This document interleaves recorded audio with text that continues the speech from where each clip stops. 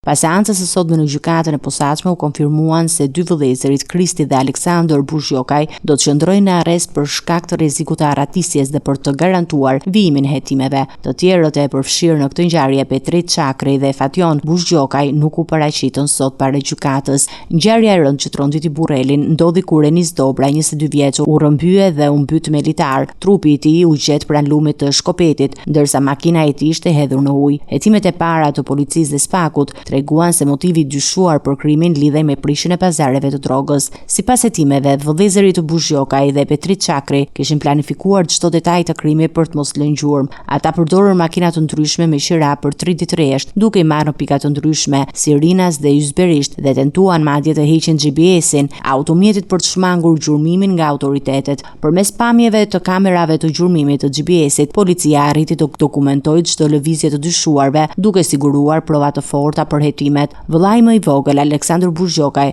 dyshohet se pas kryerjes së krimit ka ndihmuar në largimin e të vëllait të tij drejt Kosovës. Avokati mbrojtës ka argumentuar se kanë kaluar afatet ligjore pas transferimit të dosjes nga gjykata e Dibrës së Spakut, por gjykata vendosi të mos ndryshojë masën e sigurisë.